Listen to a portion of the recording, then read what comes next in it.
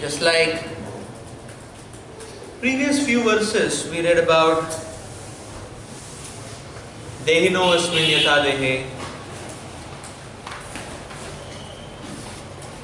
So that verse is talking about, it's an educational tone. It's an informational tone. It's an educational tone.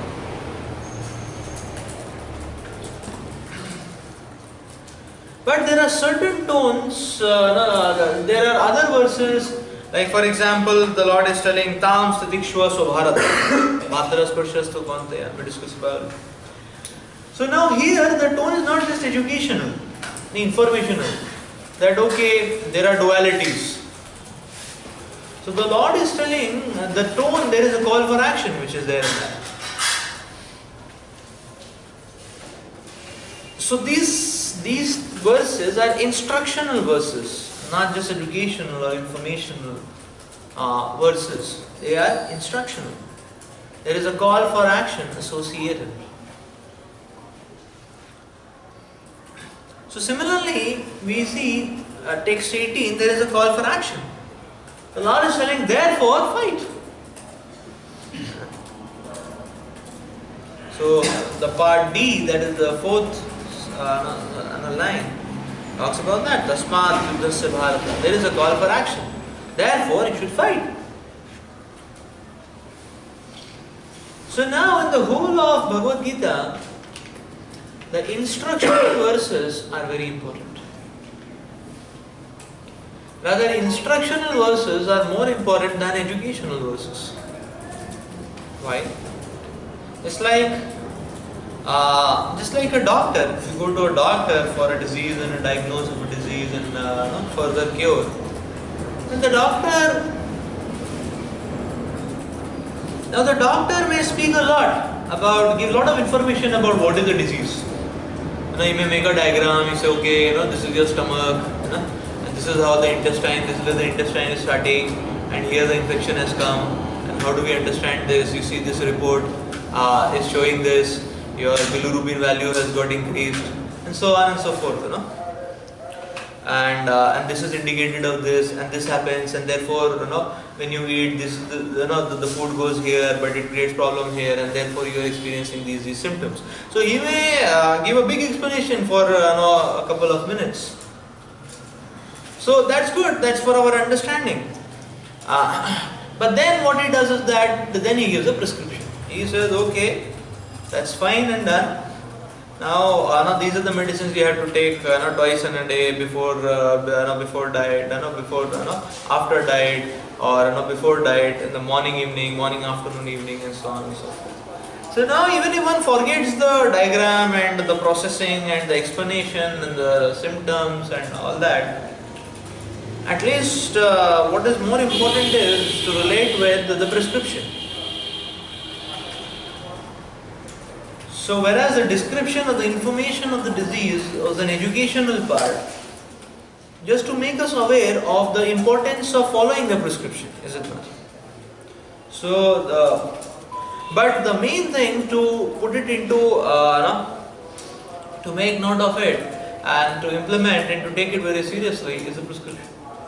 So similarly, the instructional verses are the actual stuff where the Lord is directly giving a call for action. So many times, when you read Shastras, it is said that Shastras should not be read as a novel. And we just read it and we give a critics on it, good one. It gives a nice pictorial visualization, explanation and all that. The explanations are lucid, logical, that's fine. But what are you doing after it? So that is what is most important. And in fact, if you see the motivation which is driven by the Shastras is application. In fact, the Lord describes in 9th chapter, we're going to see that knowledge means that what we apply, not that what we know. So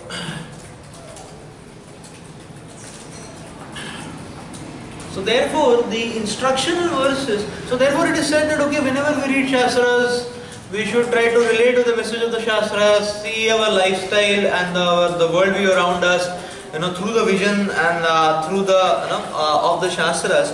And then it is said, then you put it into application that okay, what does it mean for me, and then what steps should I take in a practical, tangible, quantifiable manner, and then we do it, and then we see the effect of the Shastras. Isn't it? So now when it comes to instructional verses, there is a direct call for action. Isn't it? There is a direct call for action. Just like Matras Varsha Sugante, whenever we land into any problem, we are supposed to recite this verse and just tolerate. Because there is a direct call for action, isn't that? So, it's easy. In other places, there's a lot of processing which is needed. So here also we see that this is an instructional verse. Obviously, the whole context is being built from the previous verses. Because we left off in the previous verse, verse 17, where again what was being highlighted was the indestructibility of the soul. And so now that thread is continuing, but then now the final call for action comes. So how does the conclusion come? Therefore, fight. Prabhupada explains it so beautifully in the purport. So how does the point is that you see the line A, Antavanta ime deha, says okay, material body is perishable. Antavanta ime deha. Deha is Antavanta, means it will perish at some time or the other, therefore fight. So Prabhupada, as he explains, the whole logic is that the body is anyways going to be destroyed. Sooner or later. So the implication is that Lord is telling Arjuna that even if you don't fight, the body will be destroyed. And but the soul is imperishable, the soul is immeasurable, therefore imperishable. It is so small. It is so small, it's immeasurable, therefore it is imperishable. So, but the body is anyways going to die. So better fight. That is the point. And whereas the soul, the Lord is telling that soul you will not be able to touch only. So if you don't fight, the soul is untouched. If you fight also, the soul is untouched. So better fight. So better fight, actually.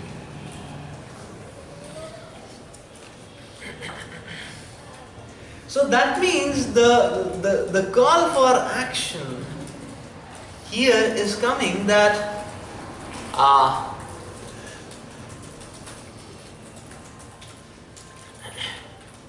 we see that the destructibility of that what is material, of our own bodies, of matter, the destructibility, that yes, it is going to perish.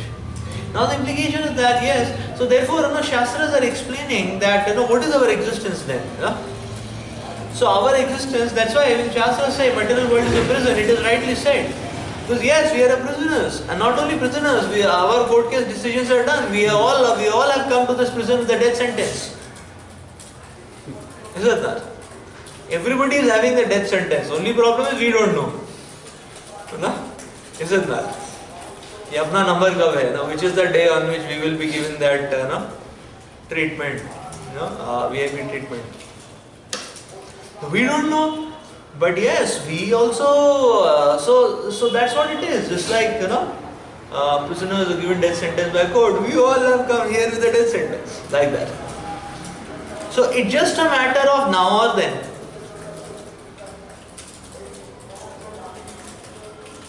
It's about to happen, it's about to happen, it's about to happen, it happens. Just like that.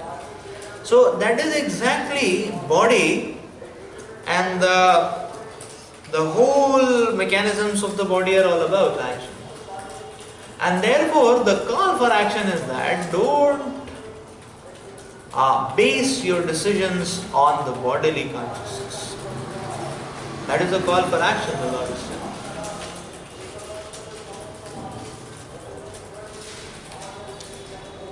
That is a call for action, which the Lord is giving here.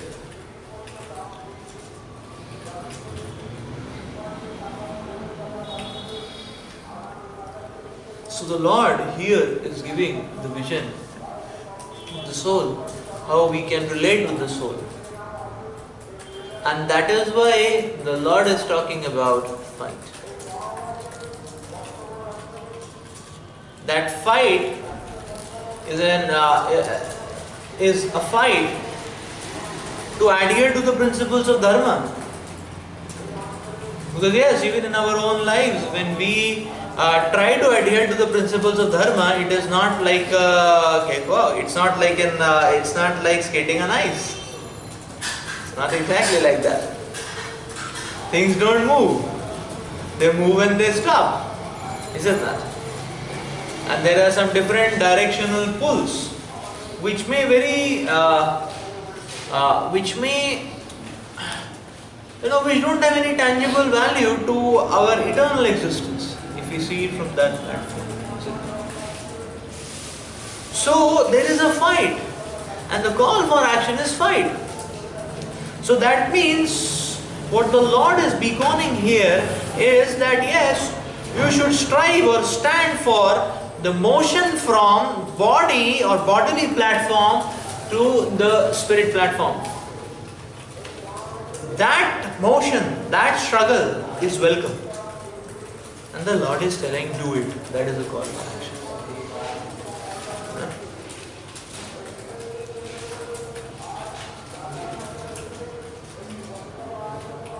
Whereas what is being again zoomed in is, or what is being highlighted is also that whenever we make motion from the spirit platform to the bodily platform, whatever versions we come out with doesn't make much sense. It doesn't make much sense, is it?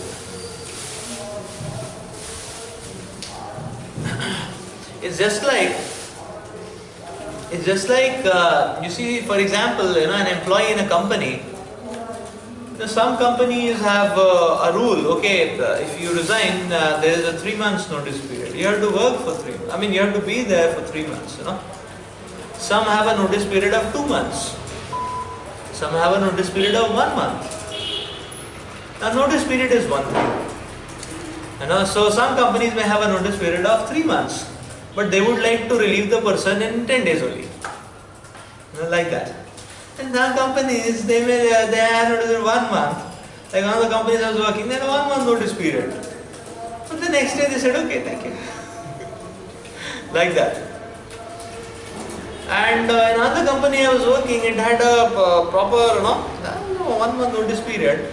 But then I resigned and they put me in a new project. Then I was wondering, I'm resigned. So, they said, no, you work. And the manager did not fill my application form till the day before I was supposed to leave, And I was coming in anxiety, just taking work and not filling the application only on the ERP system or on the portal. What is this?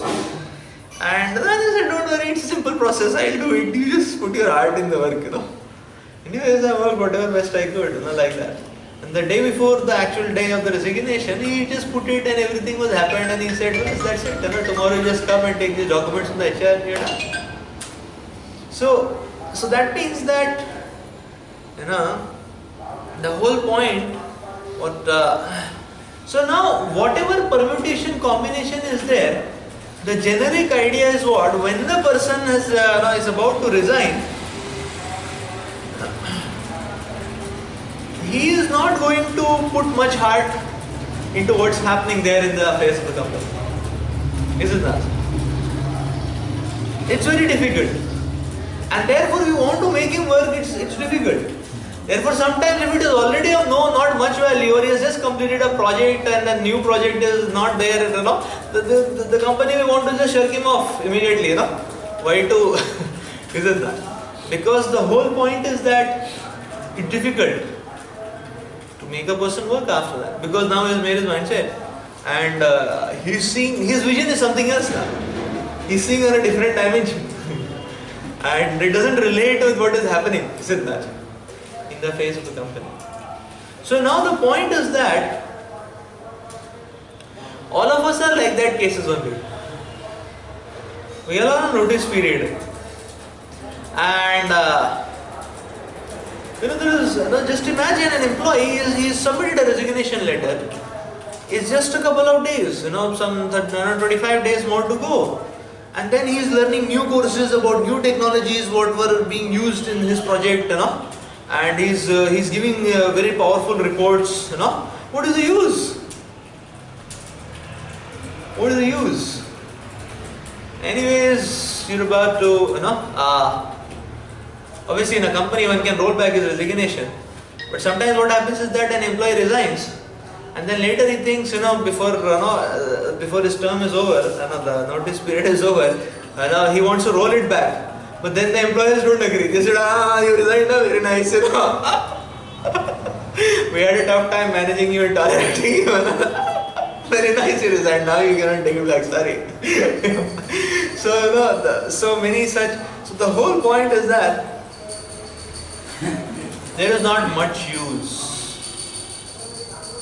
And it doesn't matter much.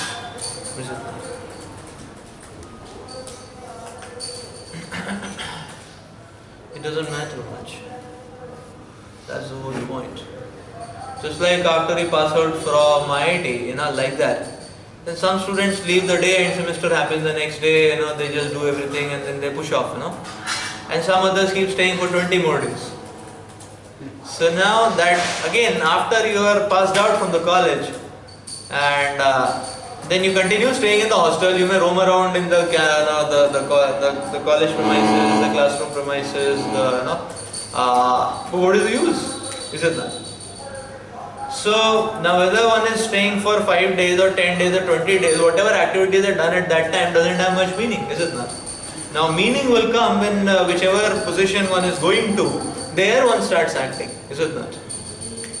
So similarly, action on the platform of body or decisions on the platform of body don't have too much meaning. Because, so therefore one may be doing the needful. One may have to do the needful. Like I was giving example of the company where they gave me a project because that's what was the expectation. And following the principle of dutifulness, I did it. So, but then we are not lost and absorbed in that, is it not? That although we will be doing the needful, but the prime eye is on what's coming up, is it not? And that is what we are preparing for. That's what we are preparing. So this vision is being highlighted here in a prominent fashion. That yes, it is this which we have to fight for. This is not. So we look forward, and the forward direction is from temporality to eternality. That is the forward direction. And in that direction we look, then the temporality becomes a staircase for us to go to the platform of eternality. So when we look forward, temporality becomes a staircase, or it becomes like sometimes you have to go climb up. Then you need a stool, But it's not the stool which is very important. The whole attention is going up, right? And then the stool becomes an aid. It makes it easy, right? It's like if we have to do something on the fan, it's not so easy, to do it if we are just standing on the ground. But if we have a stool, we can climb up peacefully, and everything, we can get hold of it. We can operate on the fan, or we can, if any problem is there, we can repair it or something like that. It's easy to get control. It's easy to work out things, is it not? Now, whereas if one just focuses on the stool, okay, there are some cobwebs on the downside of the stool, or maybe this requires painting. Let me go and buy a paint first and start painting the stool. That doesn't carry much meaning, is it not? And so one may do a lot of things to the stool, but what one was aiming at, repair of the fan, so that maybe one can get some cool air. Doesn't happen. So the painting of the stool will be there, but the experience of the heat, because of the fan not being operating, will continue. Is it not? So temporality is an aid.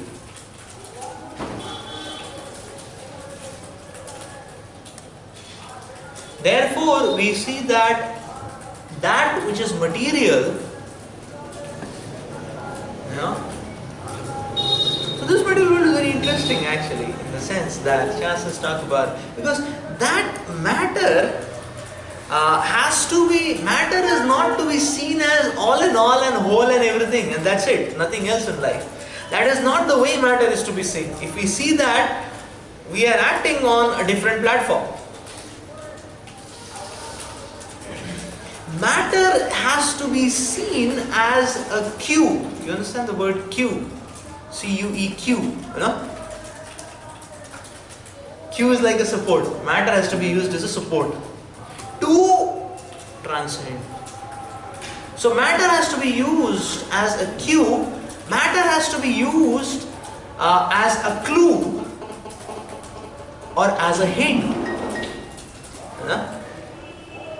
So there is a difference between hint and the answer, is it not? Right? So the hint gives a pointer, gives an understanding which one is supposed to catch and process the answer and work out the answer, is it not? But hint is not to be taken as the answer. Now what happens if hint is taken as the answer? You get a 0 still, isn't that? But it's not an ignorant 0, it's an unfortunate 0, isn't that? Because that's how it is actually. So matter and what is happening in the material world is like a hint for us, which always keeps giving us reminders, and which always keeps pointing out that this is not the right platform. Is it not? So just like going by the same understanding and logic, we see that many times Prabhupada explains in the purport. You will see that in Bhagavad Gita. Prabhupada explains that if you have to understand the God, one way in which you can understand God or the personality of God is you look at the soul. Is it not? By looking at a soul, at ourselves, we get some idea of God. Is it not? Right? Prabhupada says that in the purports and in his books many times, that if you want to understand the nature of God, the personality of God, you look at the living entity, and you will get some idea, like that. Like for example, we see that living entities. We see that when somebody cares for us, behaves with us according to the in love or in selflessness, in humility, any of the Vaishnava qualities. That is what is so endearing for us. We feel attracted, we feel enlivened, we feel very warm, we feel so positive about it, isn't that? Now it is said that so now we have looked into living entity, and when the living entity gives us compassion, selflessness, humility, we feel very nice, service attitude, like that. Any Vaishnava quality, dealings, so.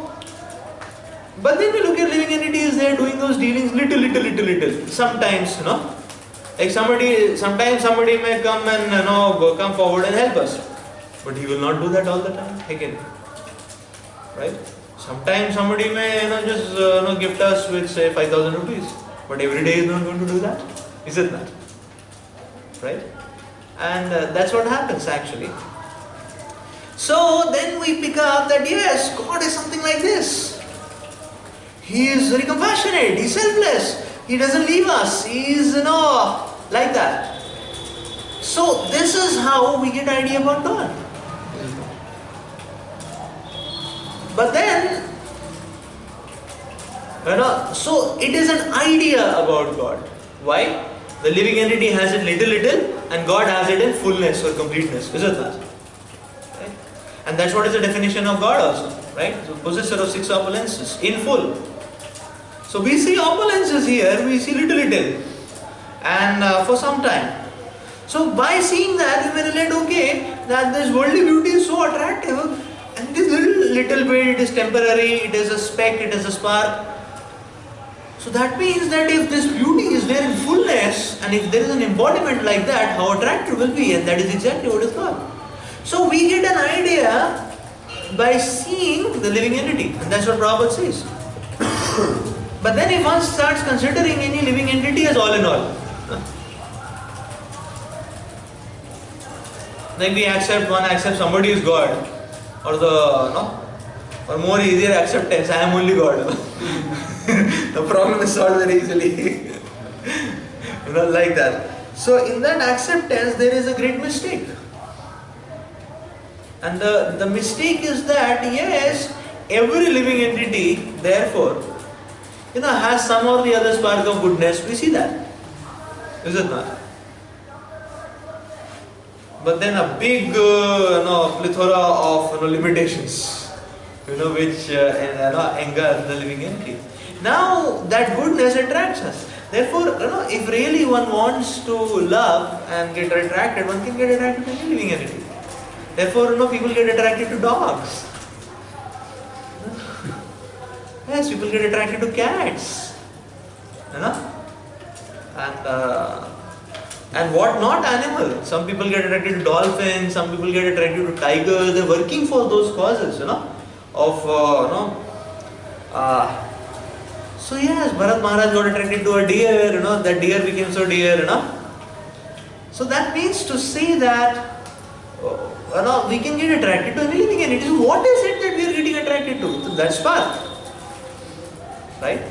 So therefore, we see that if we understand material relationships and material dealings in this fashion, that all these material relationships and dealings and situations are unhinged. We see them, we see the positiveness in them, we see the good part in them, and understand that that is because of the connection to the Supreme. So we use that hint in the right place, then that hint will work out, is it not? It's like sometimes, say if we have to install a particular software in the laptop. So if we have to install an antivirus. So they give the antivirus executable file. You have to click on that. When you click on that, it will ask for a registration number or a password number or something like that, which is also given to us, is it not? So now the password is given, the executable file is already there. Now when we open the laptop, there are so many things like that. So now for the password to act, a password is like a hint. For the password to act, we need to click on that particular executable file, is it not? And when it opens up, there we type the password, is it not? And then we will see the functionality gets installed in our laptop systems, is it not? So sometimes we see that, so material life is giving us hints. And now when we mix material situations with Shastric instructions, it becomes a beautiful password. And when that particular thing is applied at the right moment towards the direction of a journey from temporality to eternality, that password acts properly, is it not? Does it make sense? So we need to install we need to actually click, and we need to allow the software to run, is it not? So we may say that yes, material situations are a hint, they are a password, and the Shastric instructions, they are like the executable files, and then when you mix the two, then it acts, is it not? think that's how we can understand it better. Is it? Then it really acts. And we see then only, we will see that the spiritual threads and the spiritual visions and ways of thinking and perception get installed into our system. Like that. So, that's how it is. That way. Just like when you open the internet, the installation file you can download, but the password doesn't come like that. The password comes to your personalized email. It's the same thing, is it not?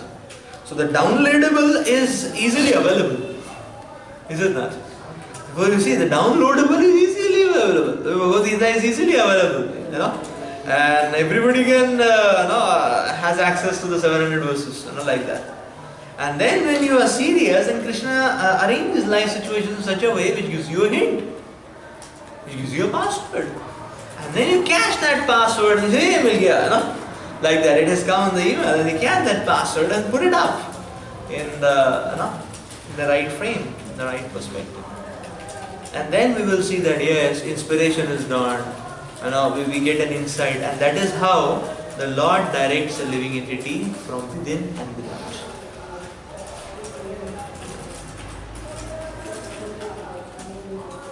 It's a very beautiful system.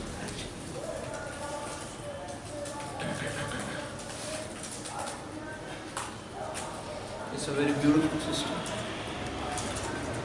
So we can learn even from negative side of matter. We can learn even from negative side of matter. Yeah. Whether matter, yes, we can learn from positive, negative, every side of matter actually. So therefore that means that on the scale of matter, whatever happens does not matter. It's all a hint. Is it not? And what matters is how to get out of matter. That's what matters, isn't it? So this is very important, and that is what is being highlighted in this verse. And now you may say, Guruji, it is easily said and done. It is easily said and done, like that. Acha bol diya, but itna aasan nahi hai, and that is why the instruction here is coming: fight. Accept it, it's not easy. Fight. So that's what the Lord is talking about to Arjuna here. Very amazing.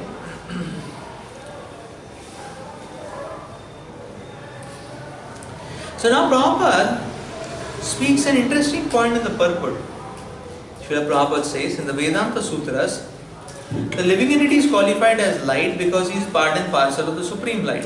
See, Shastras many times compare the living entity to light and the Lord also to light. And this thing is misused by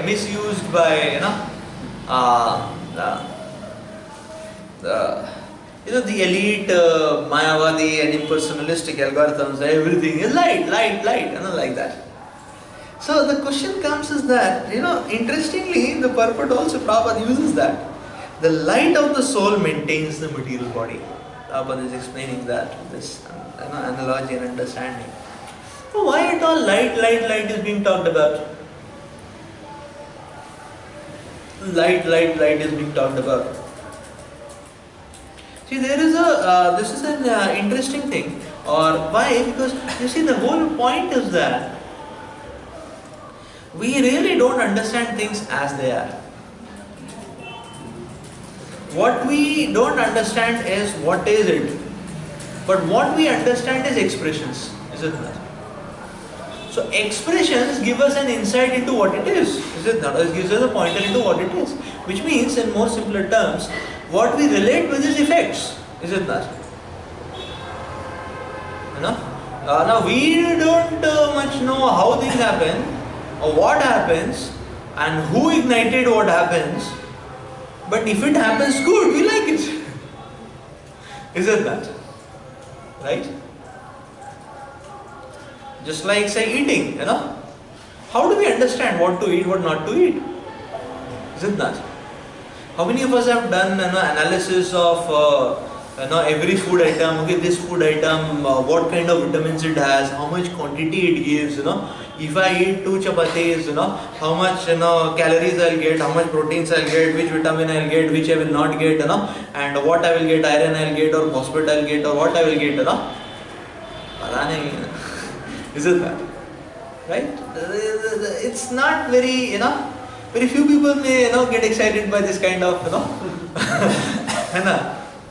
but universally everyone is excited about that. Okay, what to eat, so the whole point is which decides is the taste, isn't that right? It's a taste, and many times it's okay, ye acha lagta hai taste, isliye this will put it, isn't that like that? And people are not much. So the point is that in life, what we relate with is the effects, and therefore we see that Shastra and effects may lead to. So now the whole point is that from effects and seeing the effects, the sustainability of effects. Now we can get some pointers to the cause. So the direction of the Shastras is from effect to cause. That is the forward journey. Forward direction is from effect to cause. Is it not?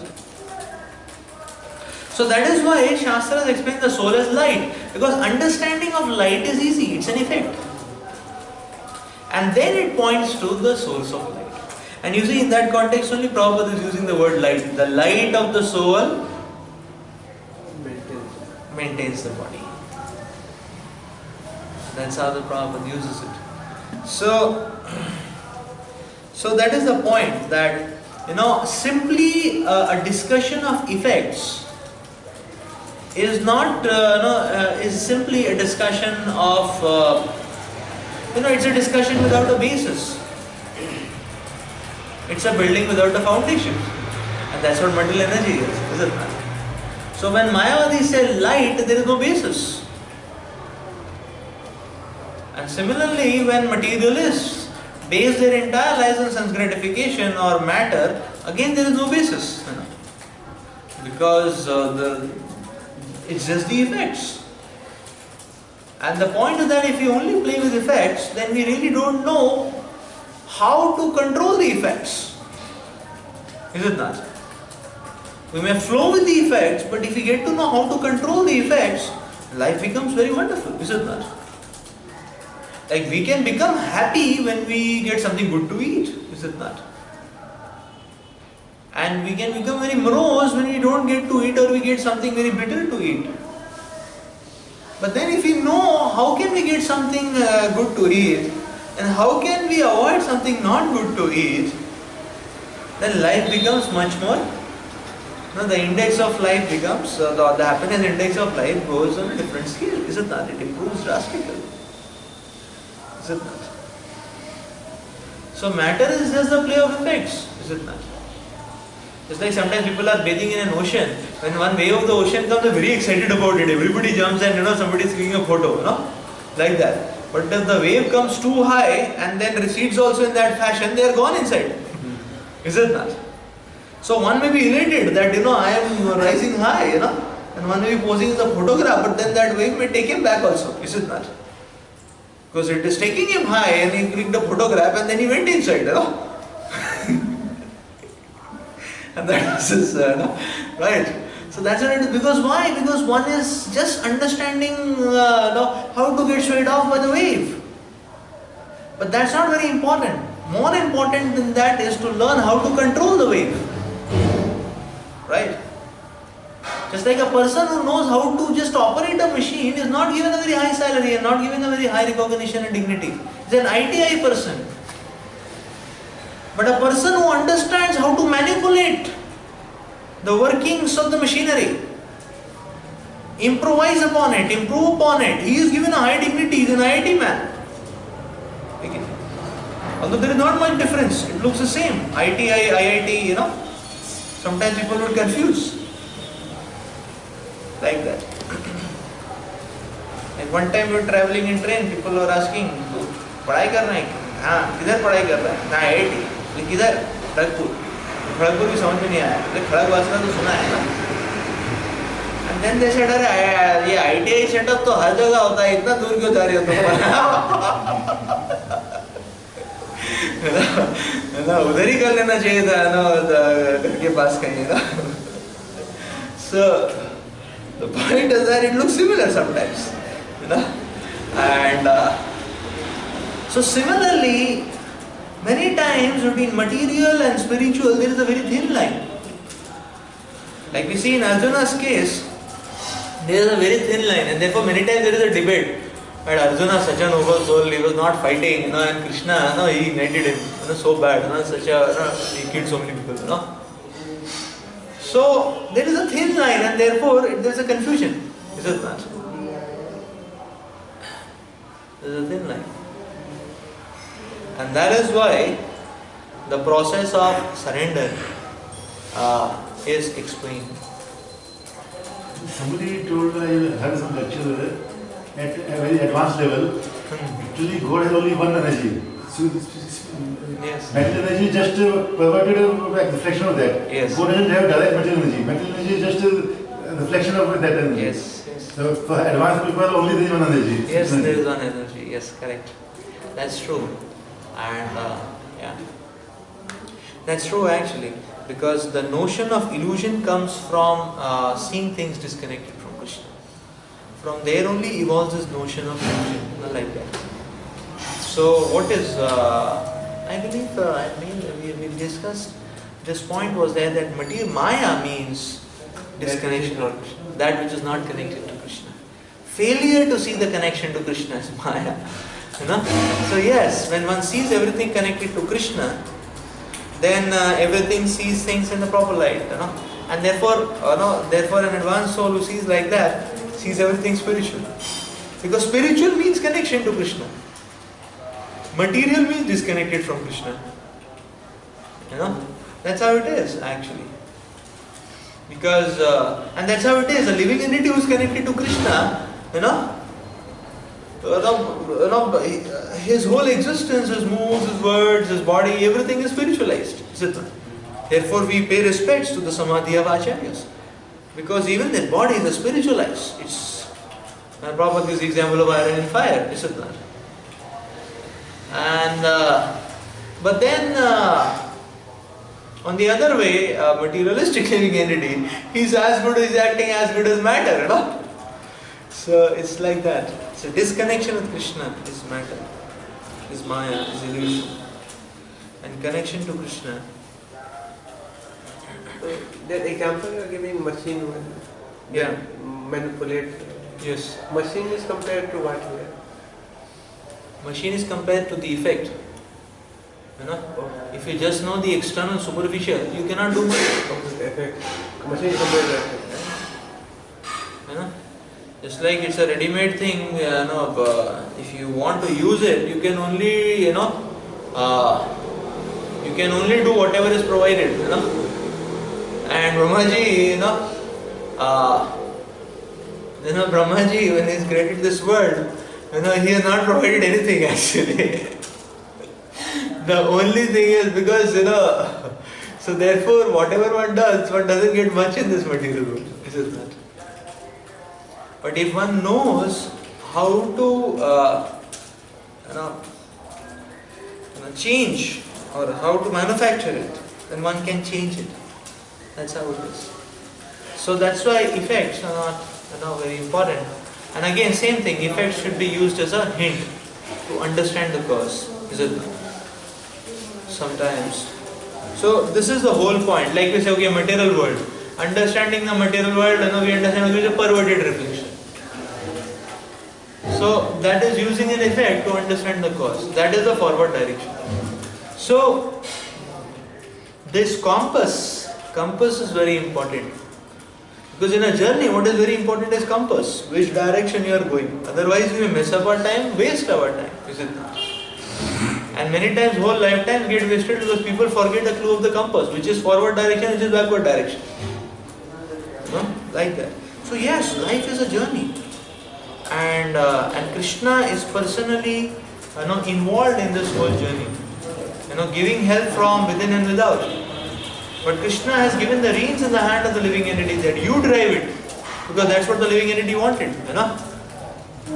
You take the step, and I will provide the background, and I will provide the surroundings, like that. So therefore, when the living entity tries, the Lord acts from within, from beneath, but the Lord does it all. But He wants to see the first step initiation from the living entity. So therefore, as a sadhaka also, one needs to be very careful about, where is my compass going to? Is it the forward direction or is it the backward direction? That's always this compass has to be marked. And Krishna is explaining. Now, why does Krishna explain this Atma Gyan so deeply? So that is what the Lord is explaining. Understand. So that, from various angles, just like when you want to understand a concept, you do many lot of solved examples, lot of practice you do, and lot of types of problems you do. Is it not? So that we can understand the problem statement very thoroughly.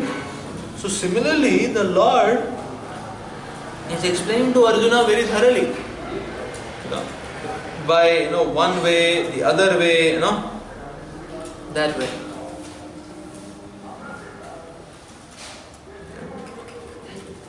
The Lord is explaining very thoroughly from this angle, from that angle, from this visualization, from the other visualization, so that the point is very clear. The living entity does not make mistakes in differentiating from the material and spiritual. In deciding what is the forward direction and what is the backward direction, like that. Yes. We'll go to the next verse. Text 19. Yavenam veti hantaram. Yaschainam manyate hatam. Ubhauta na vijanito. Nayam hanti na hanyate.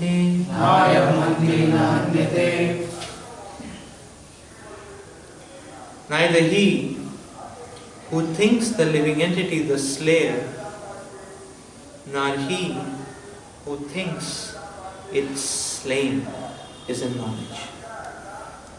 For the self slays not, nor is slain.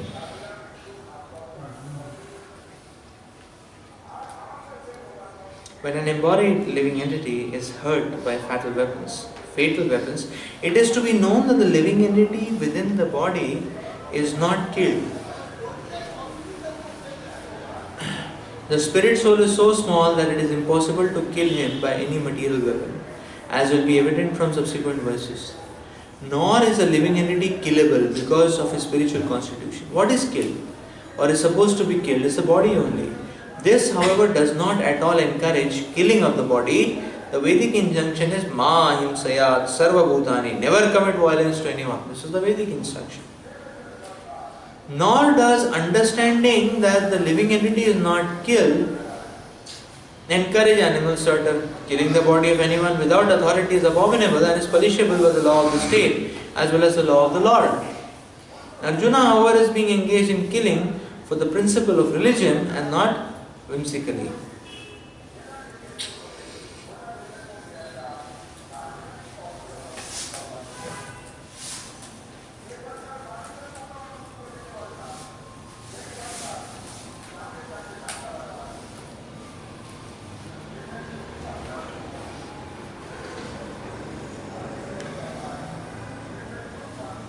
So the Lord is making a point here, an interesting point, that the soul is not the killer. Now this point has to be properly understood. The soul is not the killer.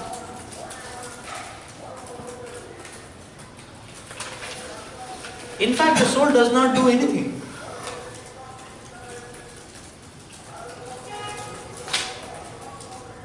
soul doesn't do anything actually. Now this is interesting. The soul never does anything. And therefore, the soul is not the killer. You know? It's interesting. I'm explaining. So the whole thing is that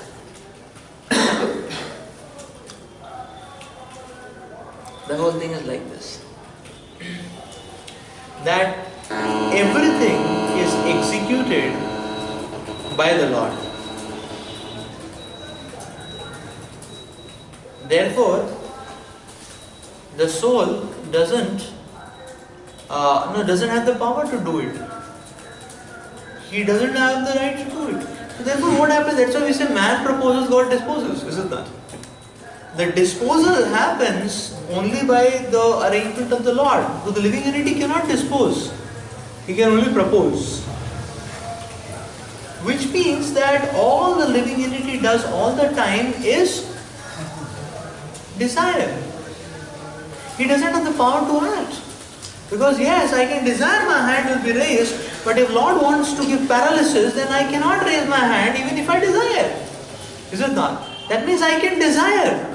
And whether to fulfill the desire or not, that the Lord does. Is it not?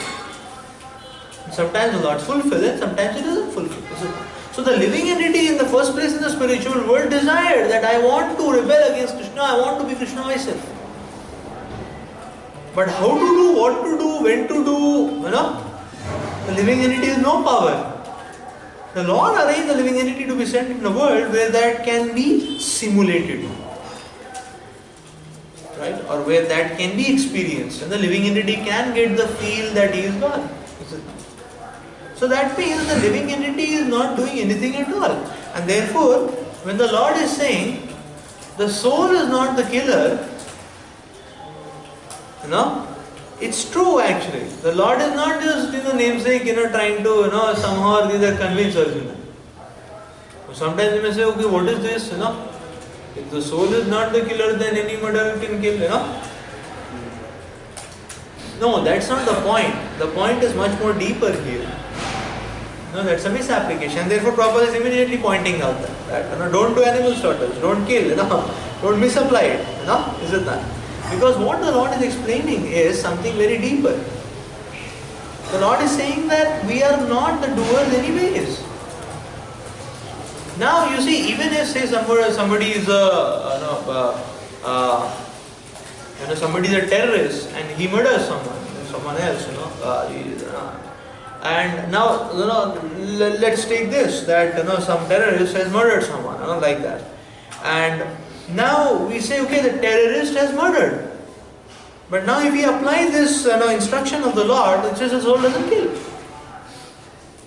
So actually the soul, the terrorist is actually the soul, is it not? In a body. Right? So now the soul doesn't kill. We are applying this instruction now. So has the terrorist not killed the person? He has not murdered? But so many people have seen, so many witnesses have seen, this fellow, he took a gun and shot, taking bullets on the innocent person, like that. So has he not killed? Then why is he punished? He is killed or he is not killed? So the point is that yes, he is not killed actually, because the soul actually has no power to act. It is the Lord who is, through material energy, who has engaged the body in a physical action actually. Because the soul doesn't have power to do that. Then why for that person is punished? That person is punished for his desire. That is the point. You got the point? So ultimately, material energy, and therefore we say the logic, karma means what? The material energy, somebody desires to kill and somebody deserves to be killed, material energy just makes the two meet together, and both the things are done, is it not? So that way the soul never kills, because it is the material energy only who is orchestrating everything, and the material energy, that means the Lord is there behind the material energy, and that is done, that's coming from the Lord. But now the person who desired to kill, right? he is not able to, just like we hear so many pastimes. We hear so many pastimes, like that. And like I really remember this pastime that once some dacoits and all, they wanted to loot and kill, Janama Mataji was there, Janama Devi, the concert of Lord Nityananda. And they were trying to attack one day, and they prayed and they were hiding, and then they slept off. Next day morning they got up. So they couldn't go and attack, like that. First day it happened, second day it happened, third day, they were really, what is happening to us? Like that. We have to go and loot and, create a massacre, like that. And then they were about to go, and something happened to them that, something was biting them, and somebody was getting pricks, and something was happening to them. Somebody just kept on rolling, on the thorns, and something was happening, and some weird things were happening to them. None of them could not even touch the devotees. Janamadevi, like that. And then the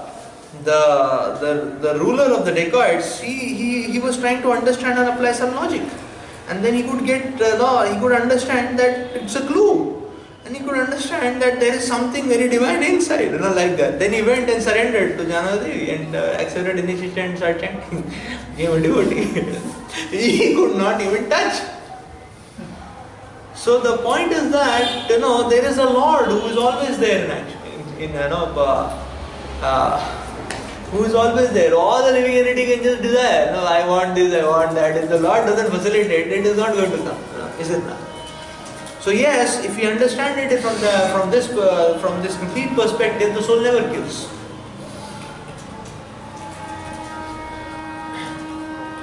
And therefore, the Lord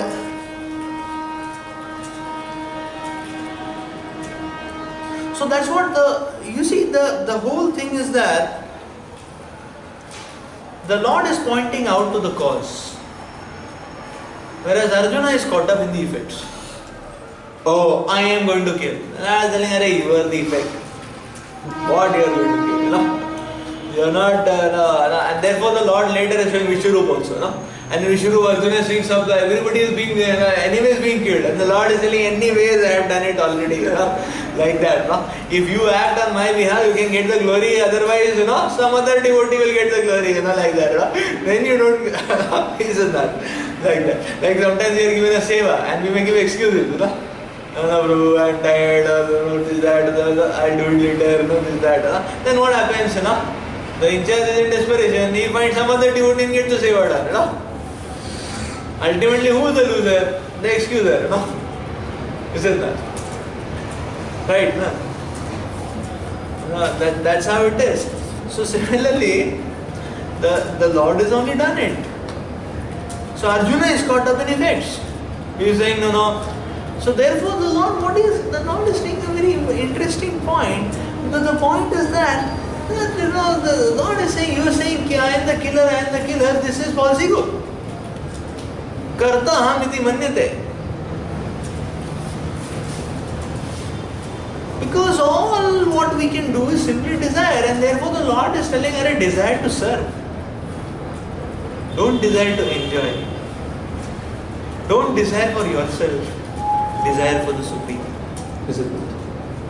So that's why the Lord is telling that what you are saying, slayer and slain, the living entity is not slayer and he is not slain, So don't be caught up into effects and shadows. You wake up and you see the cause, that it is me. And how do you work for me? Follow Dharma. By following of Dharma, you work for me. Right? Does it make sense? See? It's an interesting point. How to correlate this sloka in chapter 18, which says there are 5 questions for every action. And we go each one of them. Do the activity itself, the field and the activity, the 5 things they mentioned. Yeah, so the soul has a place value there. Soul as well as the activity, as well as senses, everything. Yes. See, why the soul has a place value? Like, soul ka kaise aa gaya 1/5, in the reaction. So, Bagi 4/5 is not in his hands, but 1/5 is in his hands. Why? Because what happens is that because the whole material energy works on the input of the desire of the soul, right? Because it is based on the desire of the soul, or what what first step the soul took. Therefore, some aspect is contributed to that. Ultimately, everything is done by the material energy. Desire comes from false ego soul. No, desire comes from the soul. But Desire soul is is pure. So how can the soul have its own desires? It No. comes from false ego only. the soul gets.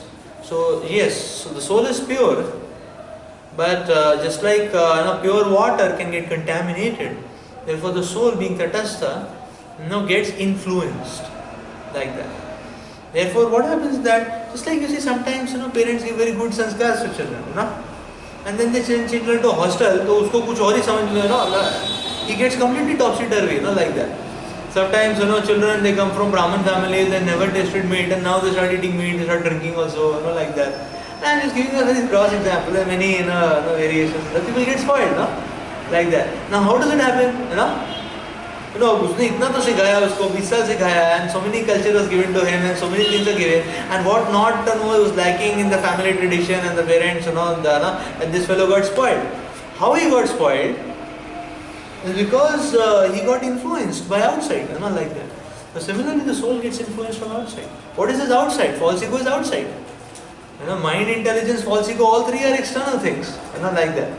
And they are giving a dictate to the soul, act like this, and they are showing a scenery to the soul, this is how things look, look, and the soul is looking at it, and then the mind is giving, do this, like that. The soul is saying, okay, fine, I am signing. He says, not that. It's like sometimes a signing authority, some paper comes, and he just signs, and कौन उसको fight मारेगा, like some account sheet has come, कौन उसको match करेगा, debit, credit, this, that, he may sign it. He says that. Or sometimes some money has to be withdrawn, and something signing authority may just sign it, without much going deeper into it. But then it may mess up things also, again, right? So the soul gets influenced like that. That's the point. We can say that the soul desires the three other things helps into executing and the God permits. The five elements. Correct. The soul only desires. And the other things, the field and the activity and senses, actions, they help, and ultimately the results depends on them. Yes, and those three things are manipulated by God. The soul doesn't have any power to manipulate that way. So, in actuality, God is only doing everything, but God is doing it on the basis of what the soul is doing. Therefore, the soul gets some portion. That's the whole point, actually.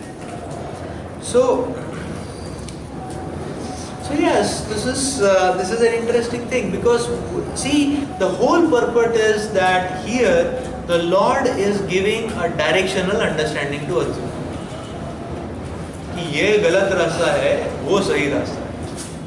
उन्होंने से नहीं, मुझे ये रास्ता ठीक लग रहा है. And then the Lord is showing it. ठीक से देखो. And then the Lord is showing it properly. So this verse has to be properly understood, like that, in the holistic understanding. So therefore the Lord is telling, don't worry about. That's what the Lord is telling Arjuna to fight. But what the Lord is telling Arjuna is that channelize the action is not very important. See, why is there the question of killing? Arjuna was told to kill, and that was the action. But what the Lord is telling here is that the Lord is telling nobody kills, nobody is killed. Why are you bothering about it? This is what the Lord is saying. Basically, what the Lord is pointing out is that the action is not very important. What is more important is that for whom you are acting, what is your motivation, what is your desires. That you set it right, offer it to me. And that is what the Lord says, man mana bhav mat bhakto. You give that to me, Then your actions will create an effect of auspiciousness, glory for you and for everyone else. But if you don't do that, then your actions are going to be messy for you, for everyone else. Is it right? So that's how the Lord explains here. And that's what the whole thing Prabhupada also talks about it is, however, being engaged for the principle of religion. So the whole point is dharma, follow the instructions.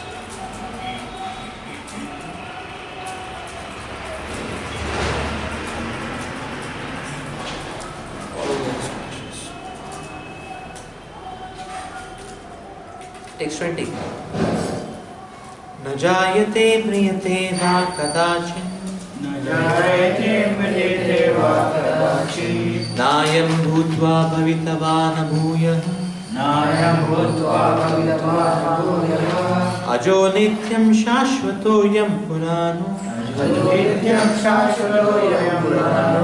न हन्यते हन्यमाने शरीरे. For the soul, there is neither birth nor death at any time. He has not come into being, does not come into being, and will not come into being. He is unborn, he is eternal, ever existing and primeval. He is not slain when the body is slain.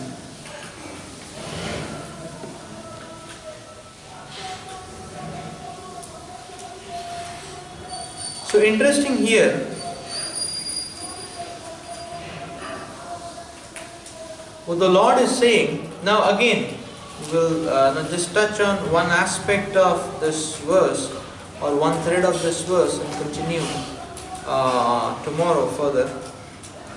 Now what the Lord is saying is that na jayate, doesn't take birth. Mriyate va kadachit, that means doesn't die also. You know? Nayam bhutva, never it has come into being. Bhavitava na bhuyaha. And then he says ajo. Ajo means unborn. He is not born also. You know? Nitya shashvato yam purano na hanyate. Again not. So this verse is a not verse.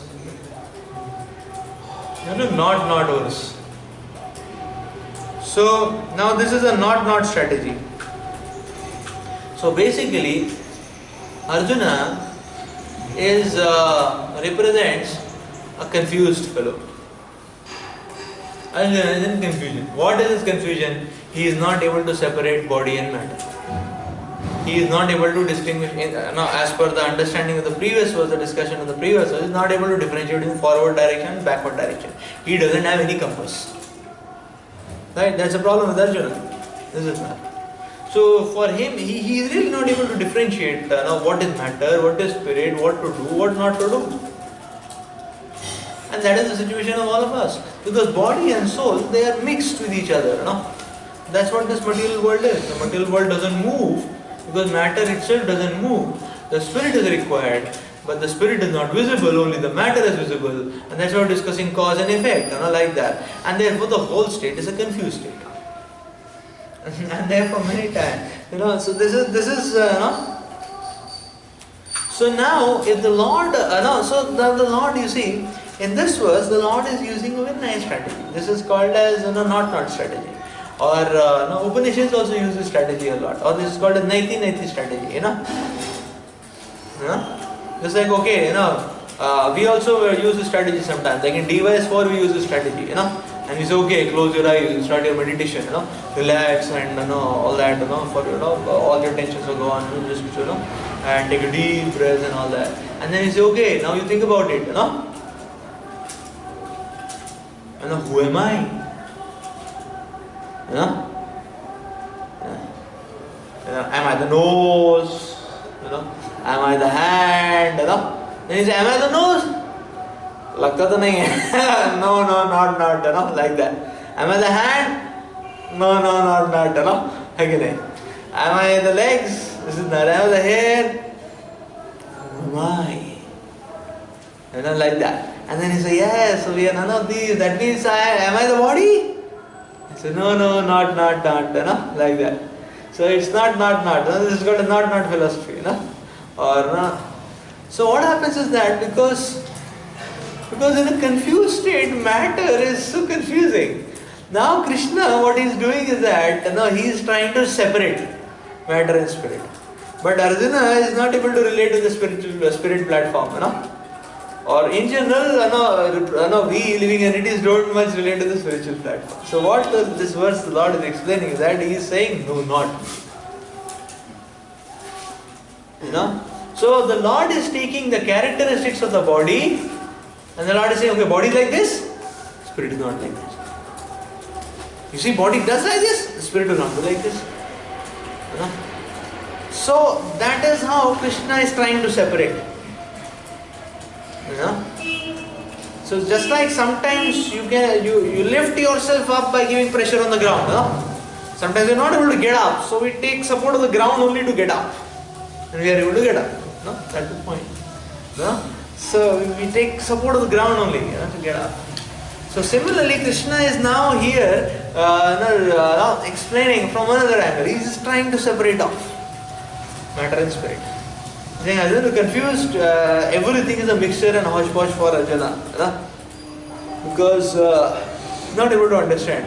He's saying, okay, Krishna and my friends and Dharma and this Shastra, that Shastra, confused. Krishna is saying, okay, what do you understand of the body? Body is born, body dies, okay, fine. The soul is not that. Now you lift yourself up from the ground, It's not that. So this verse is like that. It's a not verse here. 1980. Now philosophical negation is the principle which is being spoken here. And that is how the Lord is lifting.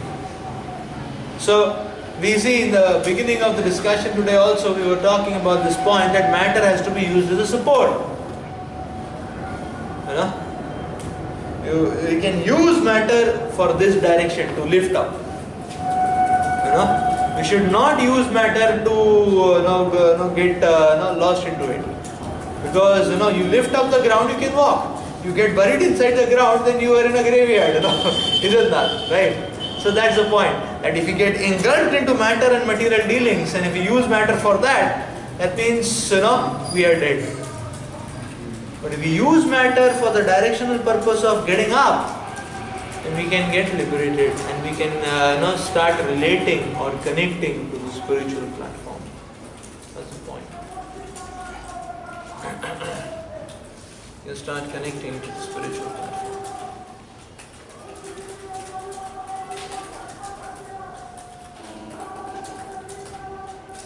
So I believe we'll stop here. We'll continue with the purport tomorrow morning. Can I ask a small question? Saying the soul does not come into existence. And in Bhagavatam, so many places it is mentioned in the beginning, only I am there, there are nothing. So when the soul comes into existence? And before creation, only soul, Krishna was there, nothing else. And even after annihilation, only Krishna remains. The soul, यहाँ पे कहते हैं कि soul never comes into existence or never goes out of existence. Okay, so the soul never comes into existence and the soul doesn't go off. Fine. So the soul has not come into being and the soul does not get lost. And then Bhagavatam, so many places said that only Krishna was there in the end, in the beginning and the end. In the beginning and in the end Krishna was there. Yes? Yes. So now when we say beginning and end, that means we are bringing the time factor. And time factor means the discussion is happening from the material platform. So therefore now when the discussion is happening on the material platform, there is beginning and end. Like that. So the matter is orchestrated by the Lord. So when we talk about beginning and end, so that's why basically the soul is eternal, but the soul's desires of lording over get manifested by the soul's being injected into the material world. So that's where the time factor comes. So the soul is injected and then it is seen that okay, uska exam ka time khatam ho gaya, paper is taken from him. Again, and then he says, okay, leave the hall now. Is it not? Right? So that way, before the exam or after the exam, who exists? The examiner. He is orchestrating everything. Is it not? Right? The paper also he designs. The marks also he gives. Again, invigilation also he does. Is it not? And so he exists before and after. So that way it is said. But so what we understand is that yes, the Lord exists before and after. So that means before the manifestation of the soul's desire of lording over. Now the soul is desiring an identity which is a lording over identity. So if you identify the soul with this lording over identity, that means if you see from a material point of view, then the soul is coming and he is going. Right? Right? Just like we want to catch a taxi, So now how do we call a taxi? How do you call a taxi? We don't say, "Bhai sahab, aap jo taxi drive kar rahe ho, aa jaiye," Is it not? Now we say what? Hey, taxi idhar aa, We say like that. Now that fellow is not taxi. He may have a good name, He may have a nice name,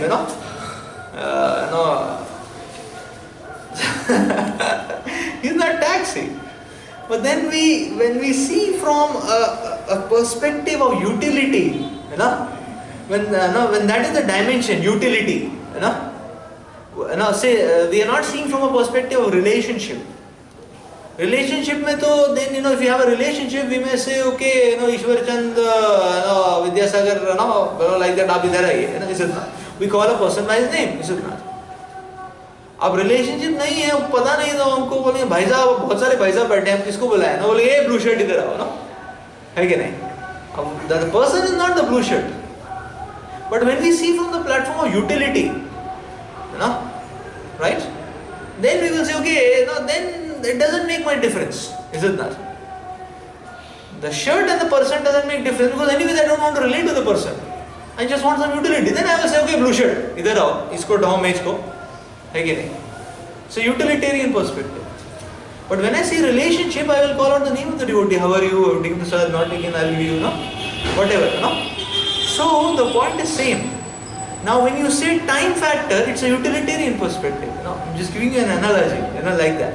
So therefore the soul and the identity, the illusory identity of the soul, that is the lording over identity, there is not much difference between the two, because anyways, you are only seeing a utilitarian perspective.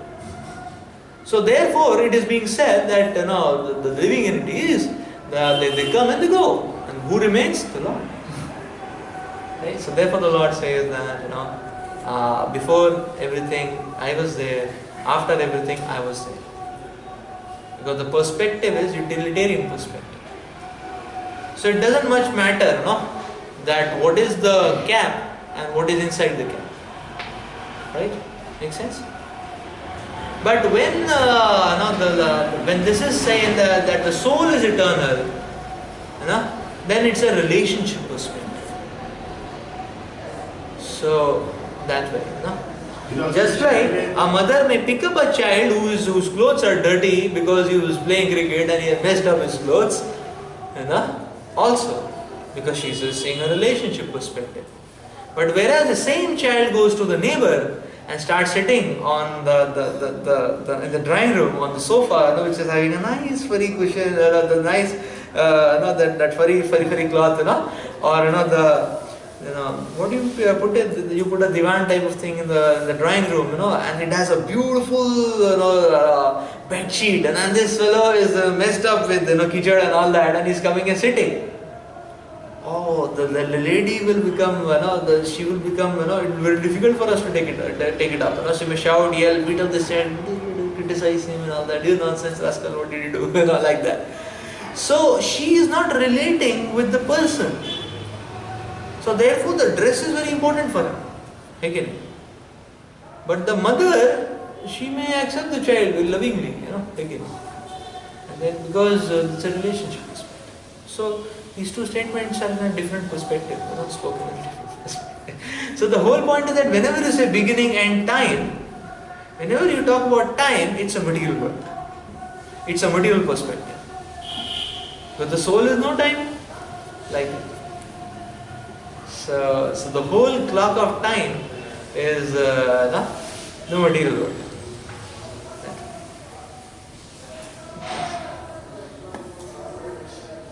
So it all depends on vision, and we only see utilitarian. See, in fact, this is only what is matter. When you see everything is a utilitarian perspective, ये कौन है, ये नहीं है, मेरे बाल काट देगा, अच्छा, ठीक है, fine, like that. ये कौन है, this is my servant, he'll follow whatever I say. ये कौन है, ये पिताजी है, ये आपको फंड देंगे, is it not? This is a utilitarian perspective. That's material world. But when one says relationships, like that, sambandha, then a whole dimension opens up, like that. Because you say sambandha, पहले तो ultimate sambandha को देखो और वहाँ से संबंध निकलता है actually, like that, isn't that? So then one access to the spiritual life, right? It's interesting actually, because the Lord explains from various angles. And if you go through these verses also, see the Lord explains from various angles. Sometimes He says, okay, यहाँ से उठो. Sometimes the Lord will say, उसको पकड़ो. Purpose is get up. Is it not? So Atma Gyan is, these verses are very interesting in that sense. So we'll continue tomorrow morning at 7:10. We stop here. Srila Prabhupada ki jai. Granth Srimad Bhagavad Gita ki jai. Matter gives clue to get what Lord give direction. Here our mind is giving some other direction. Yeah. How to dominate the voice of the soul. And both are giving direction. One is saying go from spirit to matter. One is saying go from matter to spirit. So we have to match it with the Shastras. Therefore the Shastras and the Parampara, they are the executable facts. So we have to try to fit what is happening in the framework of the Shastras. We don't have to fit the Shastras into some other framework. Like that. So it's not that we decide what we want to do and we use Shastras. किधर से मुझे समझ में आए कि कैसे करूँ जो मुझे करना है. That's a reverse thing, है कि नहीं? That's a utilitarian perspective of Shastra. तुम ही चलो, like that. But it is that we see the situation, we put it into the framework of the Shastras and the Parampara, right? And then we see क्या बाहर आया, मुझे क्या करना चाहिए, That's the point. Then things will be useful. But Krishna will help everybody to know that in which direction to go. Yes. It's our mistake that we don't listen. Yes. Always listen.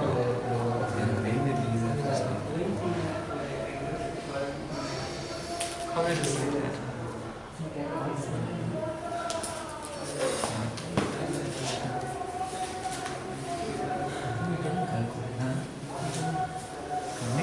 Continue tomorrow morning.